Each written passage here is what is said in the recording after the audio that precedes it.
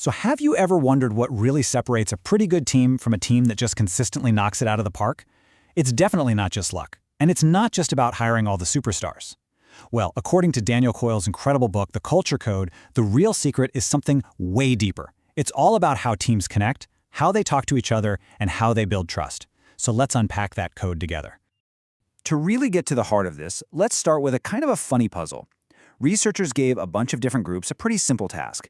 Build the tallest tower you can with just some dry spaghetti, tape, string, and one single marshmallow for the top.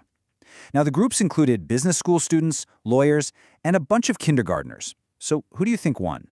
And this is where it gets really interesting. The adults, the lawyers, the MBA students, they got completely bogged down analyzing everything, strategizing, and kind of fighting for status. They were trying to figure out who was in charge. The kids, they did the complete opposite. They just huddled up and started trying stuff. They worked together, focused on the marshmallow, not their own egos. And guess what? They almost always built taller towers. And that simple game just perfectly captures the whole point of the book. The best groups don't win because of individual genius. They win because of the quality of their interactions. It's not about what they know, it's all about how they work together. So how do you actually create those high-quality interactions? Well, Coyle breaks it down into 3 fundamental skills that are really the foundation of any great team culture. First, you've got to build safety. Second, you have to share vulnerability. And third, you need to establish a really clear purpose. Let's break each one down. All right, everything starts with skill number 1, building safety. This is the bedrock. It's that feeling that you can be yourself, that you can take a risk or speak up, and you're not going to get shut down. It's all about creating this deep sense of belonging. Without this, nothing else works. And the way we build this safety is through something Coyle calls belonging cues. Now, these aren't big, grand gestures. They're actually tiny, consistent signals we're always sending to each other. They're these little micro messages that are constantly answering the brain's most basic question, am I safe here? Do I fit in? So how do we send these signals? Well, it comes down to really small, everyday actions. Leaning in and making eye contact to show you're actually listening. Resisting that urge to interrupt.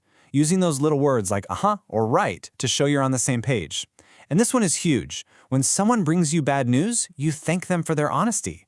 That sends a powerful message that telling the truth is safe. Okay, skill number 2 feels a little weird at first.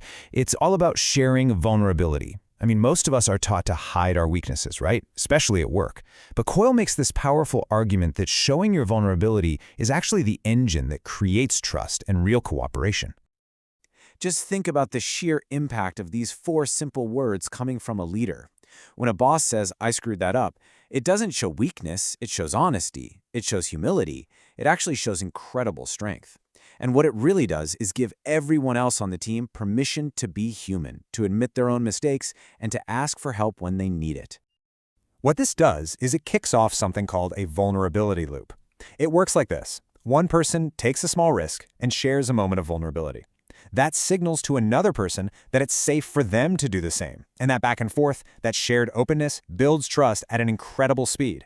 It's what makes a group feel like a real team. For a really dramatic real-world example of this, just look at the story of Captain Al Haynes. Back in 1989, his plane had a catastrophic engine failure mid-flight, and he lost all flight controls. Now, instead of pretending he had it all figured out, his first move was to admit his vulnerability to his crew. He just said, I need help. That single act, it unlocked this flood of collaboration. The crew worked together in a way they never had before, and they managed to crash land the plane, saving 185 lives in a situation that simulators later proved was pretty much unsurvivable. That is the power of vulnerability. So, once you've got safety and you have vulnerability, you need that third skill. You have to establish purpose. This is all about answering the big question, why are we even doing this? It's about connecting the day-to-day work, sometimes the boring work, to a much bigger shared mission. A good way to think about a strong purpose is to see it as a bridge. On one side of the bridge is where you are right now, the daily grind, all the tasks, the challenges. And on the other side of the bridge is where you're all trying to go, that shared future, the big vision. A clear purpose is the bridge that connects those two things and makes the whole journey feel meaningful. But here's the thing, building that bridge is way harder than it sounds. There was this one survey that found a just staggering disconnect. When managers were asked if their teams knew the company's top priorities, 64% said, oh yeah, absolutely. But when they asked the employees themselves, only 2% could actually name them. That is a massive gap between what leaders think they're saying and what their teams are actually hearing. So how do you close a gap that big? Well, you have to over-communicate. You need to be 10 times clearer and way more repetitive than you think you need to be. Use simple, memorable catchphrases, even if they feel a little corny. And most important, tell stories and highlight those small, bar-setting behaviors that really show what the culture is all about. A classic example of this comes from the famous restaurateur Danny Meyer. He teaches his staff that if they see a salt shaker on a table that's even a little bit crooked, they should straighten it. Now, of course, the point isn't about the salt shaker. It's a tiny, visible action that constantly reinforces a much bigger purpose. We are a team that cares about excellence in every single tiny detail. Okay, so when you put this all together, the key message is this. Culture is not some fixed quality that your team has. It's not a plaque on the wall. It's not something you are. It's something you actively do, every single day in thousands of tiny little moments. So what can you actually do with this? Here are 3 things you can start doing like today. Number 1, signal belonging. Put your phone down, listen with your full attention, and show people they matter. Number 2, be the first one to be vulnerable. Admit a mistake, ask for feedback, model the behavior you want to see. And third, repeat your purpose over and over and over.